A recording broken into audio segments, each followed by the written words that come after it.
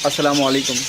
आज 13 जुलाई है और मौसम कराची का माशाल्लाह से बहुत अच्छा है। 4-5 दिन से धूप नहीं निकली है, काफ़ी बेस्ट मौसम है कराची के लिहाज से। तो आज जो मैं बात कर रहा हूँ लव की पेयरिंग के ऊपर। लव की पेयरिंग किस तरह से करते हैं, कुछ इशू आते हैं इसके अंदर और ये इशू जो है वो काफ़ी लंबे चलते हैं।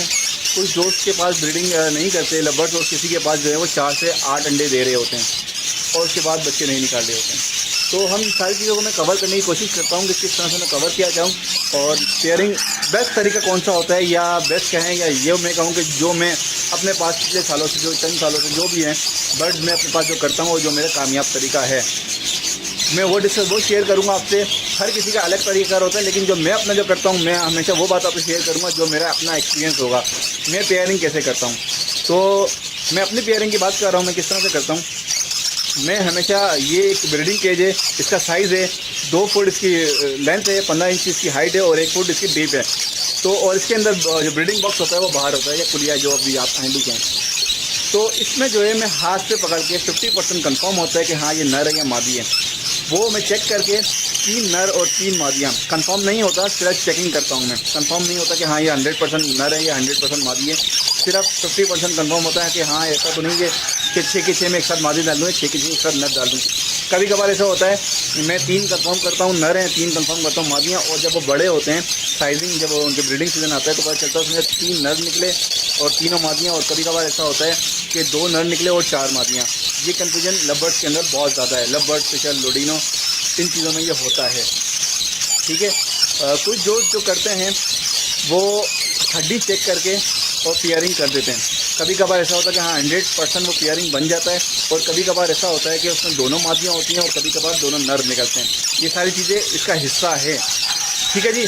तो बेस्ट तरीका ये है कि मैंने इसमें से चेक किया 3 नर और 3 मादियाँ और मैंने इसमें छोड़ दी हैं।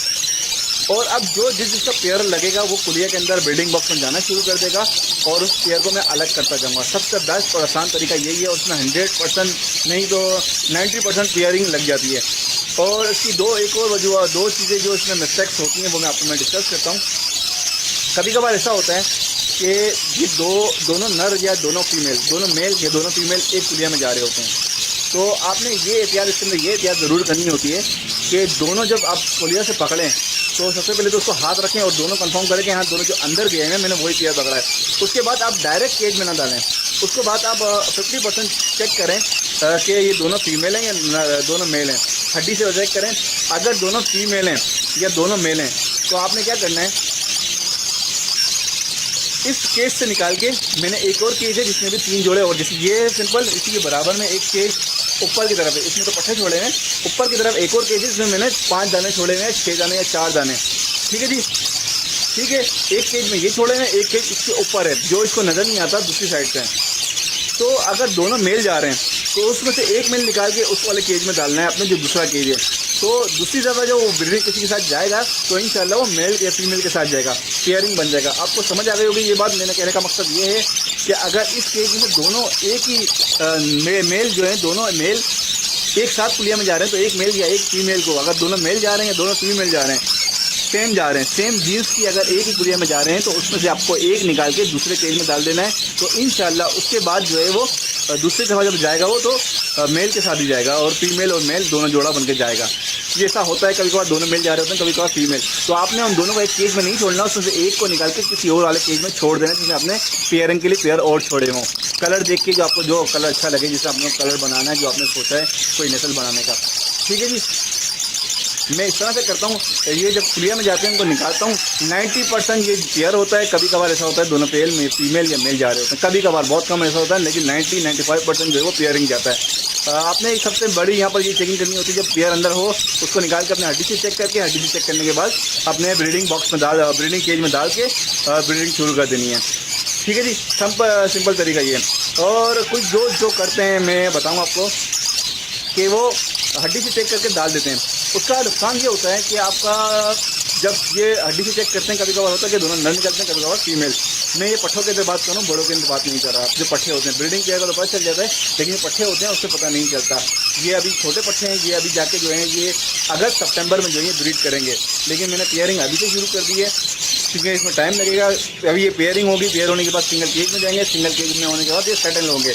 तो मैंने अगस्त के जो है आज 13 जुलाई है, 13 जुलाई में मैंने ये पेयरिंग शुरू कर दी, क्योंकि इसमें अभी प्रोसेस है। ये पट्ठे पेयर की है, इसलिए शुरू कर दिए।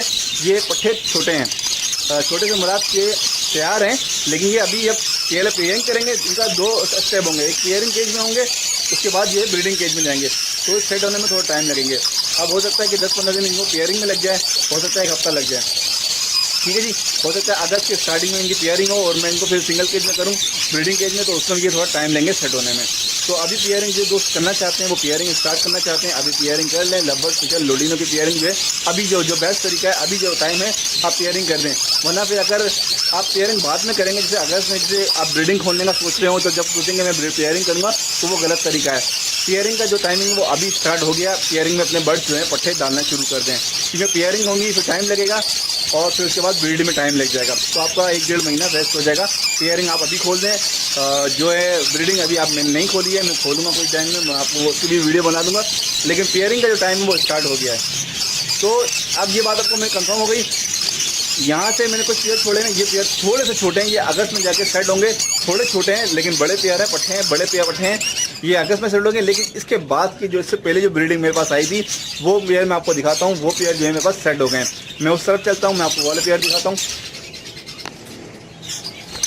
ओके, ये 3-4 पट्टे हैं। इसमें एक लोडिनो का मैंने डाला हुआ है। लोडिनो की चोंच थोड़ी सी ख़राब है, लेकिन मैं इसके साथ 30 पेज के साथ इसकी पेयरिंग कर रहा हूँ।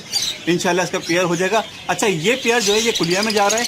इस पेयर को मैं चेक कर लूँगा, हड्डी से चेक करके इसको सिंगल केज में कर दूँगा। ठीक है जी, मैं आपको बात समझाऊँ जो मैं उस तरफ बात कर रहा था।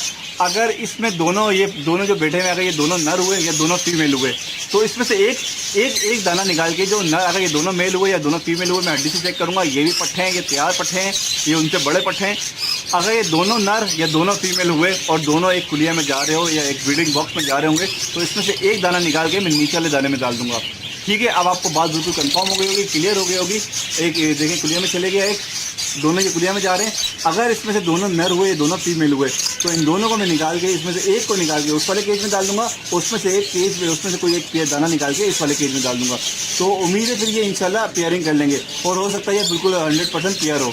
ठीक है जी, ये सारी चीज़ चेक करके निकालूंगा। अच्छा, मैं जो बात कर रहा था, मैं चेक करके निकालता हूँ। जैसे अब ये पेयर अंदर गया हुआ है, एक मादी अंदर है या नर जो भी है, और दूसरा दाना इसका बाहर है।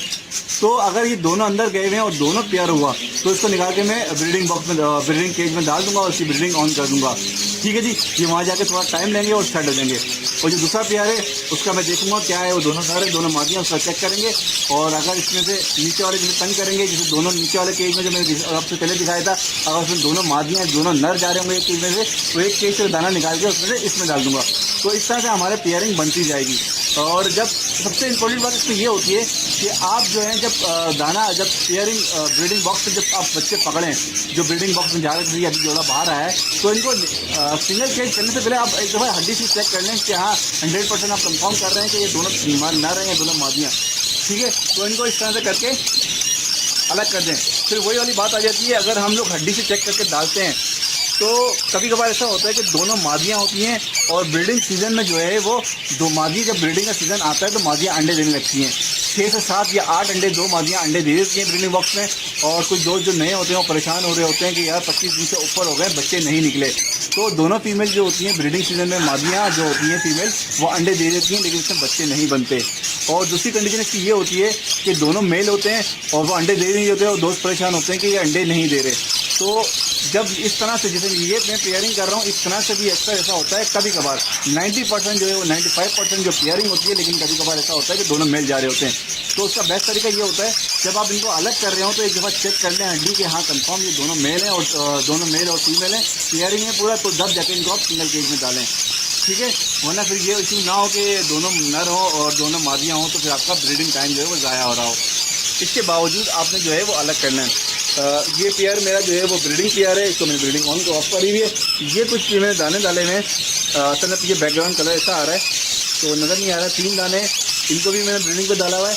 और मैं आपको कुछ पेयर और दिखाता हूँ जो मैंने ब्रीडिंग का भी डालें। ये पट्टे हैं, ये पेयर है ये। और मैं आपको कुछ पेयर दिखाता हूँ जो मैं ब्रीडिंग के लिए जो है वो ऑन कर दिए हैं। ओके, ये कुछ पेयर है मेरे पास, ये मैंने ब्रीडिंग के लिए डाले हैं, इनका कलर अलग है, इन कलर में मैंने इनको ब्रीडिंग बोल रहा हूँ, पेयरिंग के लिए मैंने पेयर दो को डाला हुआ है। इसमें जो पेयर जो लग जाएगा उसको मैं हड्डी चेक करके, हाँ कंफर्म ये दोनों नर हैं और एक नर एक मादी है, तो मैं इनको निकाल दूंगा और बकाया वालों को हड्डी से चेक करके इसी केज में छोड़ दूंगा, या इसमें और पेयर डाल दूंगा। अगर दोनों फीमेल हुए या दोनों मेल हुए तो मैं उसमें कुछ जो उसकी कंडीशन होगी उस हिसाब से मैं और पेयर डाल के उसकी पेयरिंग कर लूँगा। ठीक है, उम्मीद है आपको ये वीडियो समझ आ गई होगी।